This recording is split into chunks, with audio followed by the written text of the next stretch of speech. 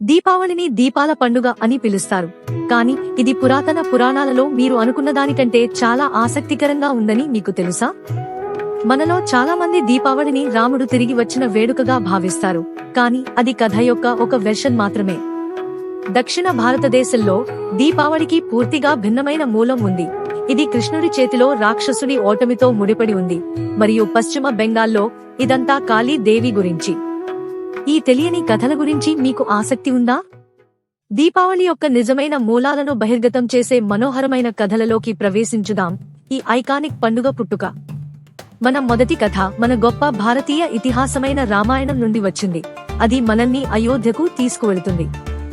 రాక్షస రాజు రావణుడిని ఓడించడానికి 14 సంవత్సరాల వనవాసం మరియు కఠినమైన యుద్ధం తరువాత రాముడు తన భార్య సీత మరియు సోదరుడు లక్ష్మణ్తో ఇంటికి తిరిగి వచ్చాడు. ఆయన విజయంతో ఆనందించిన ప్రజలు తమ ఇంటికి మార్గనిర్దేశం చేయడానికి మరియు చెడుపై మంచి సాధించిన విజయాన్ని జరుపుకోవడానికి వేలాది దీపాలను, నూనె దీపాలు అని అర్థం, వెలిగించారు.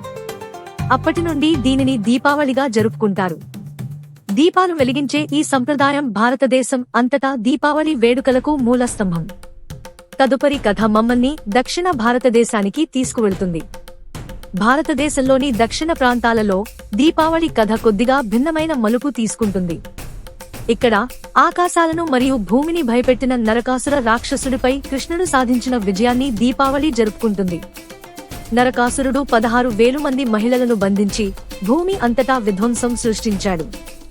నరక చతుర్దశి రోజున, దీపావళికి ముందు రోజు, కృష్ణుడు తన భార్య సత్యభామ సహాయంతో చివరికి నరకాసురుడిని ఓడించి బందీలుగా ఉన్న మహిళలందరినీ విడిపించాడు. ఎంత శక్తివంతమైన చెడు అనిపించినా అది ఎల్లప్పుడూ ధర్మానికి ఓడిపోతుందని ఇది గుర్తు చేస్తుంది. పశ్చిమ బెంగాల్లో కాళీదేవి పురాణం దీపావళి వేడుకలతో లోతుగా ముడిపడి ఉంది. ఇక్కడ ఆ కథ ఉంది. పురాతన కాలంలో అసుర రక్తబీజ ఆకాశాన్ని భయపెట్టాడు.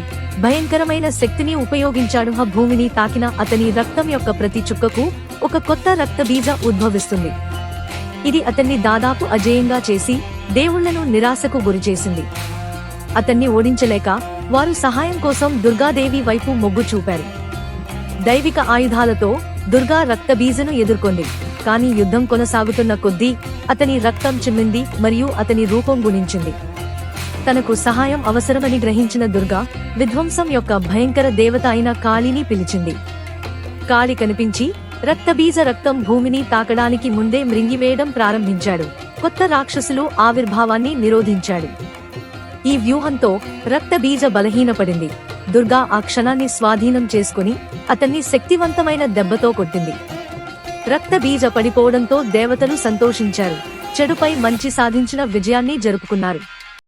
లక్ష్మీదేవి పునర్జన్మ కథకు దీపాల పండుగ అయిన దీపావళి వేడుకలతో దగ్గరి సంబంధం ఉంది. హిందూ పురాణాల ప్రకారం సంపద మరియు శ్రేయస్సు యొక్క దేవత అయిన లక్ష్మి సముద్రమంతన్ అని పిలువబడే విశ్వ మహాసముద్రం యొక్క చిలకరించడం నుండి జన్మించింది. ఇక్కడ దేవతలు మరియు రాక్షసులు అమరత్వం యొక్క తేనెను కోరుకుంటారు. సముద్రం మండుతున్నప్పుడు ఆభరణాలు మరియు కమలాలతో అలంకరించబడి లక్ష్మి ఉద్భవించి విష్ణువును తన భార్యగా ఎంచుకుంది. ఏదేమైనా ఒక భయంకరమైన యుద్ధ సమయంలో భూమిని విడిచిపెట్టమని రాక్షసులు ఆమెను శపించారు. ఇది విస్తృతమైన పేదరికానికి మరియు ప్రజలలో దురదృష్టానికి దారితీసింది. వారి దుస్థితికి ప్రతిస్పందనగా దేవతలు ఆమె తిరిగి రావాలని ప్రార్థించారు. దీపావళి సందర్భంగా కార్తీక అమావాస్య రాత్రి లక్ష్మి పునర్జన్మను ఎంచుకుంది. ఈ పండుగ ఆమె తిరిగి రావడాన్ని జరుపుకుంటుంది.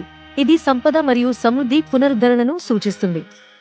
ఆమెను స్వాగతించడానికి ప్రజలు నూనె దీపాలు వెలిగించి తమ ఇళ్లను అలంకరించి శ్రేయస్సు మరియు శ్రేయస్సు కోసం ప్రార్థిస్తారు. ఈ రోజు మనం అన్వేషించినట్లుగా దీపావళి పండుగ మన సంస్కృతి మరియు హృదయాలలో లోతుగా ప్రతిధ్వనించే కథలతో సమృద్ధిగా ఉంటుంది. లార్డ్ రాముడు విజయవంతంగా తిరిగి రావడం నుండి లక్ష్మీదేవి యొక్క వెచ్చని ఆలింగనం వరకు ప్రతి కథ కాంతి మరియు చీకటి, మంచి మరియు చెడుల మధ్య శాశ్వతమైన యుద్ధాన్ని హైలైట్ చేస్తుంది. మనం ఎదుర్కొనే సవాళ్లు ఎంత భయంకరంగా ఉన్నా ధర్మం మరియు భక్తి ఎల్లప్పుడూ ప్రబలంగా ఉంటాయని ఈ ఇతిహాసాలు మనకు గుర్తు చేస్తాయి.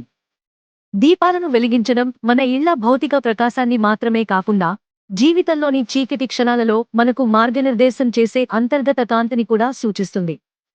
కాబట్టి మీరు ఈ సంవత్సరం దీపావళిని జరుపుకుంటున్నప్పుడు ఈ కథలను మరియు అవి అందించే విలువలను గుర్తుంచుకోండి. ఆనందాన్ని పంచుకోండి, వెలుగును వ్యాప్తి చేయండి మరియు ఈ దైవిక కథల ఆత్మను సజీవంగా ఉంచండి. భారతీయ పురాణాల ద్వారా ఈ ప్రయాణంలో మాతో చేరినందుకు ధన్యవాదాలు. మీరు ఈ కథలను ఆస్వాదించినట్లయితే, మన గొప్ప వారసత్వం నుండి మరింత చమత్కారమైన కథల కోసం ఇండియన్ మిథాలజీ అండ్ హిస్టరీ అనే మా ఛానల్ను ఇష్టపడటం, పంచుకోవడం మరియు సబ్స్క్రైబ్ చేయడం మర్చిపోవద్దు. మీ అందరికీ ప్రేమ, శ్రేయస్సు మరియు కాంతితో నిండిన దీపావళి శుభాకాంక్షలు.